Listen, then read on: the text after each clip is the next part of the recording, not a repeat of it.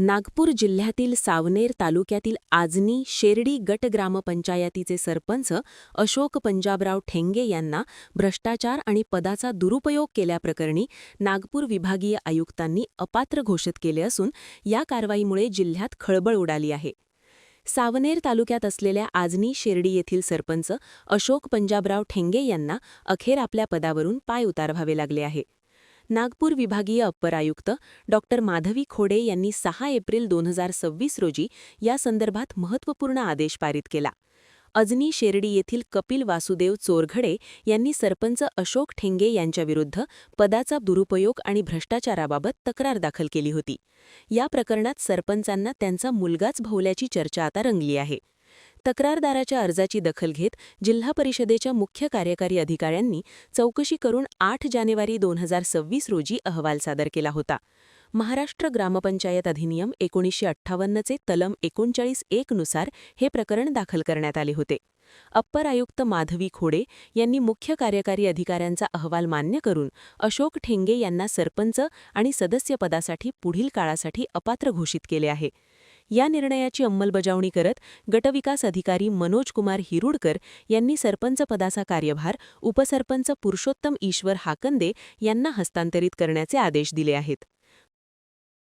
माझे नाव कपिल वासुदेव चौधरी आहे. मी आजनी गावामध्ये राहतो. गट ग्रामपंचायत आजनी गावाची गट ग्रामपंचायत आहे. तिथे अशोक पंजाबराव ठेंगे हे सरपंच आहे. त्यामध्ये माझे जे प्रकरण होतं, माझा भाऊ मरण पावला ॲक्सिडेंटमध्ये, तर त्यांच्या नावाने एक मकान होतं. ते मकान नावी लावासाठी मी वाहन प्रमाणपत्र बनवला कोर्टातून. कोर्टातून बनवल्याच्या बादमध्ये मी ते नाव चढवले माझी सरपंच हाताने. त्याच्या बादमध्ये सरपंच बदलले. त्यांनी मग ते नाव आईचे नाव कमी करून सगळ्यांनी सोनाचे नाव चढून दिले. तो एक प्रकरण होता. दुसरा प्रकरण बाबाचं जे वाहन प्रमाणपत्र होतं ते त्यांनी त्या मुलीला सुनाला देण्यात आलं. त्या कारणामुळे मी आयुक्त मॅडमकडे तक्रार केली आणि तक्रार करून सगळ्यांनी त्यांच्या म्हणजे कारवाई करण्यास. आणखी तुमच्या गावामध्ये असे विकासामध्ये काही भ्रष्टाचार वगैरे आढळून आले? हा पुष्कळ आहे, पण आता त्याचे सबूत न मिळण्यामुळे ते मुद्दा मी मांडला नाही. गावात काय पुष्कळ वातावरण वाटते, काय काय नागरिकांमध्ये खुशी जी आहे का काय? नाही, नागरिकांमध्ये बहुत खुशी आहे, पण ते आता सामोर येऊन सगळ्यांनी त्या खुशीला व्यक्त करू शकत नाही, कारण की गावामध्ये विरोध होते. त्या कारणामुळे ते आपले पण नागरिक खुश आहे. या प्रकरणामध्ये मी सरपंचाकडे गेलो, त्यांना विनंती केली की माझ्या आईचे नाव मकानातून कापू नका.